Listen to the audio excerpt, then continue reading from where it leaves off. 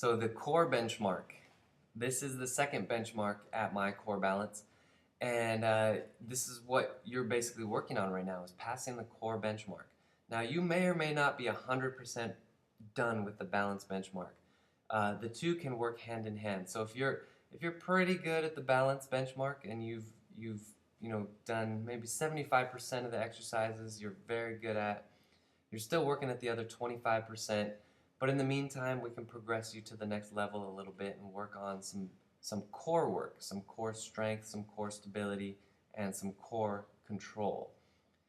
So the core benchmark is similar to the balance benchmark in that we feel that any able-bodied man, woman, or child should be able to do this core benchmark, and basically because it has nothing to do with how strong you are.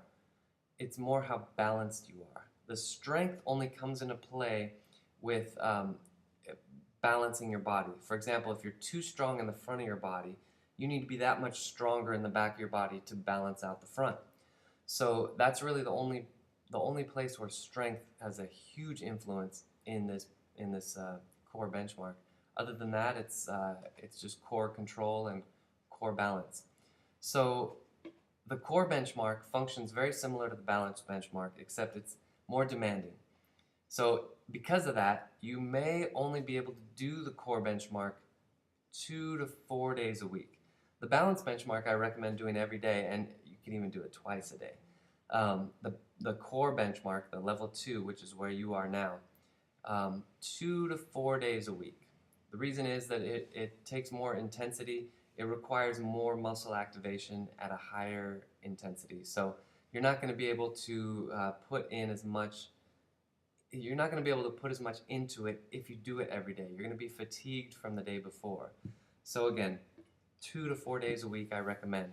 But again, your goal is to pass this benchmark, the core benchmark, in order to move on to more complicated ranges of motion and more of a workout. And the next step is really where you can combine strength and cardio at the same time. And by passing the core benchmark, you're basically proving to us and to yourself that your body's ready for it. So that's a very important step. And once you do pass that core benchmark, your program looks very different. So right now, you're focusing on the 5, 6, 7, whatever it is, core exercises that you are deficient in, either a time deficiency or a form deficiency.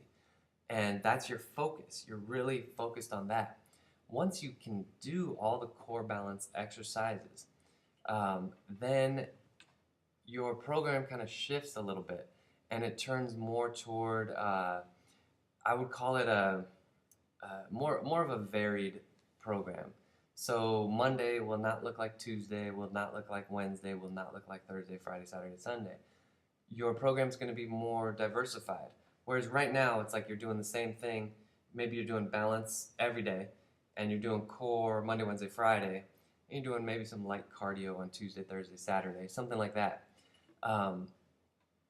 It's going to change a bit, where you're still going to have core and balance as your foundation, and you're going to have kind of a maintenance program for that to make sure that you maintain function. But in addition to that, now you're going above and beyond, and we're going to do the weights and the cardio, and we're going to combine them into one.